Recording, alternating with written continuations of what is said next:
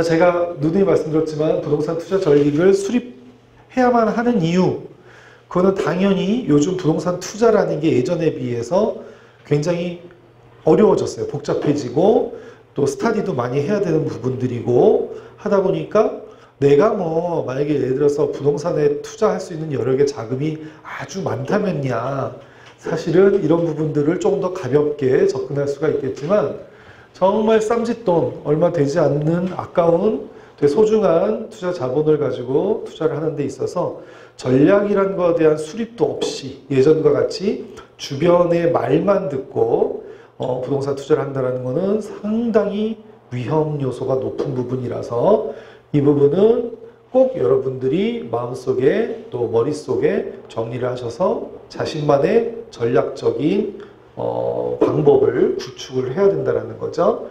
자, 처음에 제가 강조를 하죠. 뭐가 필요하느냐? 자, 여러분들이 기존에 갖고 있던 부동산 아니면 과거에 어떻게 했던 경험 이런 부분들을 일단 잊어버리시라라는 말씀을 꼭 드려요. 왜냐하면 시대가 바뀐 것처럼 부동산 투자 트렌드도 바뀌고 앞으로는 더 바뀝니다. 그런데 자꾸 예전 뭐 90년대 아니면은 2000년대 초반 2010년도 초반, 심지어는 2010년도 중반까지도 그때의 시절을 생각을 하면 호시절이죠. 그러니까 그때의 마인드를 지금 똑같이 적용을 하게 되면 투자할 게 없어요. 그리고 실망만 가져가게 될 수도 있고 또 투자에 대한 위험도도 굉장히 셉니다. 그래서 과거의 손실이나 수익에 집착하지 말고 다 잊어버리시라. 그 다음에 예전에 투자해둔 부동산이 있다면 특히 지방에 경기도권, 동탄, 어저께 개인 상담으로 동탄에 오피스텔 투자하셨던 분이 전화가 왔는데 어떻게 했으면 좋겠느냐 그러시더라고요. 그래서 몇 개를 하셨냐 했더니 2개를 하셨대요. 근데 가격 아직 이제 다시 되팔고 싶은데 팔리지도 않고 내 계약금으로 한 1000몇백만 원씩을 걸어 놓으셨다 그러더라고요.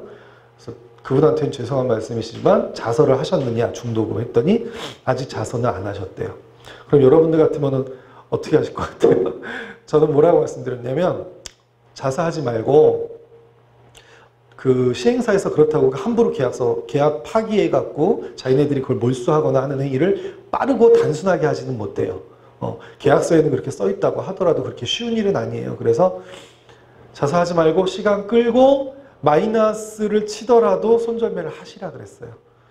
그리고 정 안 되면 계약금 1600만 원 포기하는 한이 있어도 그냥 팔아야 된다. 진행하지 마시라고 말씀드렸어요. 왜냐하면 동탄 같은 경우는 오피스텔이 차고 넘쳐서 지금 거기 같은 경우는 공실도 많고 또 자설을 하게 되면 여러분들이 그거 아시나 모르겠네. 임대사업자 등록을 하셔야 돼요. 그러니까 주택임대사업자하고 틀려요. 일반 사업자로 사업자를 내시게 되는데 왜냐하면 금융권에서 대출을 일으키려면 사업자 대출을 해야 되기 때문에 오피스텔 같은 경우. 근데 그렇게 하면 세입자를 받을 때 주거용으로 사용을 못해요.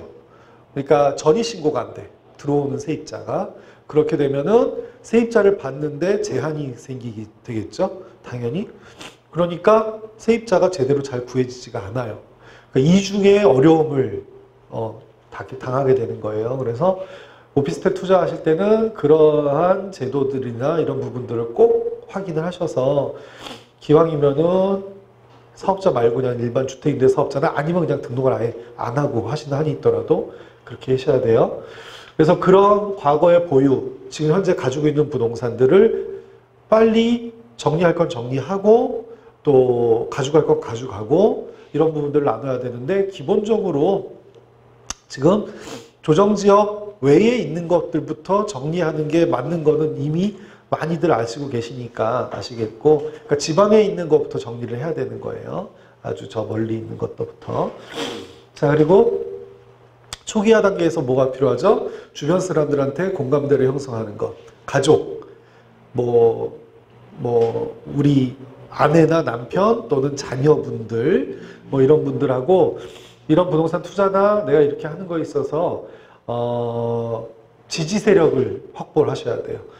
주변에서 반대를 하거나 내가 뭐 좀 하려고 그러는데 이유 없이 딴지거는 그러니까 예를 들어서 A라는 물건에 투자를 좀 해보려고 하는데 이 물건을 보고 어떠한 판단이 아니라 그걸 당신이 왜 하느냐. 그래서 이유 없이 딴지를 거는 경우들이 많이 있어요. 특히 가까우니까 더 그래요, 사실은. 가까운 사람들한테 그런 긍정적인 평가나 지지를 받는다는 게 솔직히 제3자한테 받는 것보다 더 어렵습니다, 사실은. 그래서 그런 부분들을 꼭 하셔야 여러분들이 조금 편하게 자유롭게 이런 부동산 공부도 하시고 투자 행위나 이런 부분들을 하실 수가 있어요. 그리고 투자를 해놓고 나면 항상 신경이 쓰이잖아요. 이게 오를까 내릴까 어떻게 될까.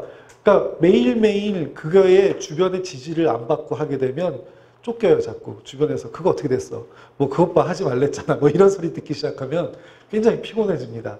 그러면은 매도 타이밍을 잡지 못하고 엉뚱한 타이밍에 매도를 한다든지 쫓겨서 이렇게 하게 되기 때문에 그 부분은 생각보다 상당히 중요해요. 그래서 자, 이렇게 초기화 단계가 끝나면 두 번째는 뭐죠? 내 재정 상태 점검이에요. 내가 지금 예를 들어서 직장을 갖고 있고 월급을 받고 있다면 현재는 내가 이 정도면은 내가 뭐 먹고 살만은 하다라고 한다면 그러면은 가지고 있는 돈을 가지고 현재는 뭐가 좋죠? 그런 분들은 차라리 차익형을 하는 게 낫겠죠. 왜냐하면은 아까도 말씀드렸지만 이런 투자 세미나를 오시는 분들은 투자 이력이 아주 많으신 분들보다는 그렇다고 해서 인력이 작은 돈은 아니지만 그 되게 소중한 자본을 가지고 하시는 분들이기 때문에 기왕이면 내가 돈을 벌고 있을 때 내 자본을 조금 더 늘려놓고 내 매월 들어오는 수익이 없어지는 그 시점에서 목돈을 조금 더 키워진 돈을 가지고 수익형으로 돌아서려고 하시는 분들이 대부분이에요. 또 그게 정답이고 그래서 항상 차익형 투자, 갭 투자를 왜 합니까? 그거는 점법을 하기 위해서죠. 징검다리를 통해서 내가 갖고 있는 자본을 늘리기 위해서 하는 거기 때문에 그런 부분에 있어서 재정 상태를 점검을 하셔야 된다는 거예요.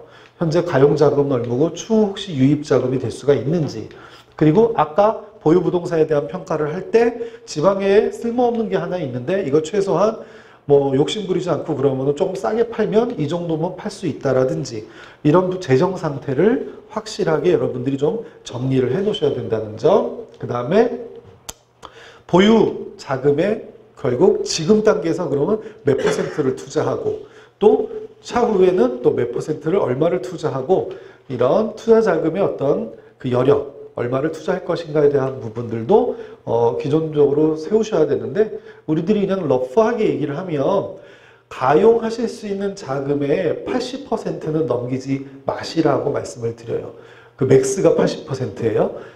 단 한 가지 예를 들어서 재개발 지역에 투자를 하려고 마음을 먹고 계신 분들은 더 여력을 두셔야 돼요. 재개발 지역 같은 경우는 상당히 추후에 생각지도 않은 돈이 들어갈 것들이 반드시 발생을 합니다. 그래서 그거 재개발 지역에 투자를 할 때는 최소한 지금 그 근처 부동산을 갔더니 뭐 한 3억이면 투자가 실투자금 한 3억이면 됩니다. 라고 얘기를 한다면 최소한 5억에서 6억은 갖고 계셔야 돼요. 그래야 나중에 대응을 하실 수가 있어요. 재개발 같은 경우는. 그래서 항상 재정 상태는 그렇게 여유 있게 두셔야 된다는 점. 그 다음에 단일 투자, 분산 투자 이 부분인데 그냥 예를 들어서 말씀을 드릴게요. 꼭 집으면 내가 예를 들어서 투자 자금이 2억 정도 있어요. 2억 정도 계신 분들한테는 솔직히 말씀드리면 되게 애매한 돈이에요. 그래서 2억 정도 가지고 계신 분이 예를 들어서 수익형을 지금 노린다든지 아니면 재개발을 노린다든지 재건축을 노린다는 거는 불가능한 일에 가까워요.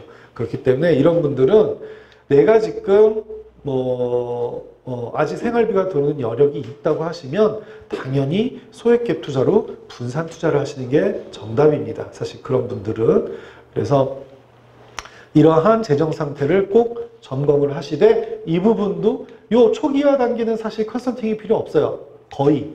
이건 본인들도 다 생각을 할 수가 있는 부분인데 요 재정 상태에 관한 부분들은 내가 생각하는 부분에 있어서 약간 의문점이 생긴다면 전문가하고 상담을 받으시는 게 좋은 부분이고요. 요 단계가 끝나면 이제 3단계 이제 시장을 파악하셔야 되는 단계가 와요. 그 시장 파악이라는 거는 지금과 같은 시기, 즉 지금은 이제 규제의 시기라고 하는데 현재 시장에 어떤 악재가 무엇이 있고 또 호재가 무엇이 있고 지금 시기가 뭐죠? 규제가 많은 시기인 반면에 제2의 부동산에 다시 개발 붐이 나는 시기예요. 서울 같은 경우는. 왜냐하면 7, 80년대에 강남권 개발서부터 부동산이 한참 정말 열성적으로 개발이 됐던 그 타이밍이 이제 30년 주기로 넘어가고 나서 3, 40년이 되면서 그 개발했던 물건들이 다시 이제 재건축이나 재개발이나 리모델링으로 나오는 단계이기 때문에 어떻게 보면 규제만 강하지 않았다면 지금 같은 경우는 어마어마한 타이밍이에요. 사실 투자하시기에는. 근데 이제 정부에서도 이런 타이밍이기 때문에 더욱더 규제를 강화하게 되는 거고 반대급 구조로 생각하면 이거예요. 규제에 대한 악재는 있지만 사실은 이 타이밍이 제2의 재개발 타이밍이기 때문에 오히려 그 부분은 호재의 타이밍인 거예요. 이 시간이 지나면 이제 또 안정화 단계가 가겠죠. 부동산의 이 과거서부터의 이 그래프를 보면 그 7, 80에서 쭉 올라갔다가 약간 러프하게 갔다가 또 중간에 2000년대 초중반 넘어가면서 또 한번 튑니다. 그러고 나서 또 스무스하게 왔는데 지금 2016년도 중반서부터 팍 또 지금 튀어오르고 있는 단계거든요.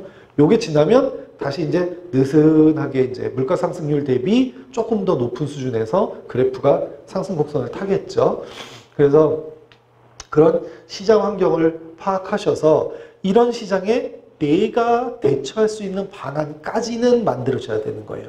시장 파악으로만 끝나면 소용이 없어요. 그거는. A라는 현재 시장이 이런 악재가 있고 이런 호재가 있는데 내 재정 상태나 이런 거를 봤을 때 그러면 어떤 대안을 내가 가져가야 되겠다라는 부분들이 이 단계에서 만들어져야 된다는 거예요. 그래서 아까 말씀드렸듯이 소액 분산 투자 이것도 하나의 대안이에요. 방법이에요. 왜냐하면 어차피 대출이 안 되는 규제 시기이기 때문에 대출이 안 된다? 그럼 포기. 그러면 옛날처럼 1억 갖고 갭 투자할 수 있는 무슨 아파트 지금 없기 때문에 그렇다면은 소액으로 분산을 해서 차라리 저평가 지역에 다세대 빌라나 역세권 다 반드시 근데 전제 조건은 그런데 분산 투자를 하겠다. 이것이 대안이 되는 거죠. 그런 대안들을 만들어내셔야 된다는 거예요.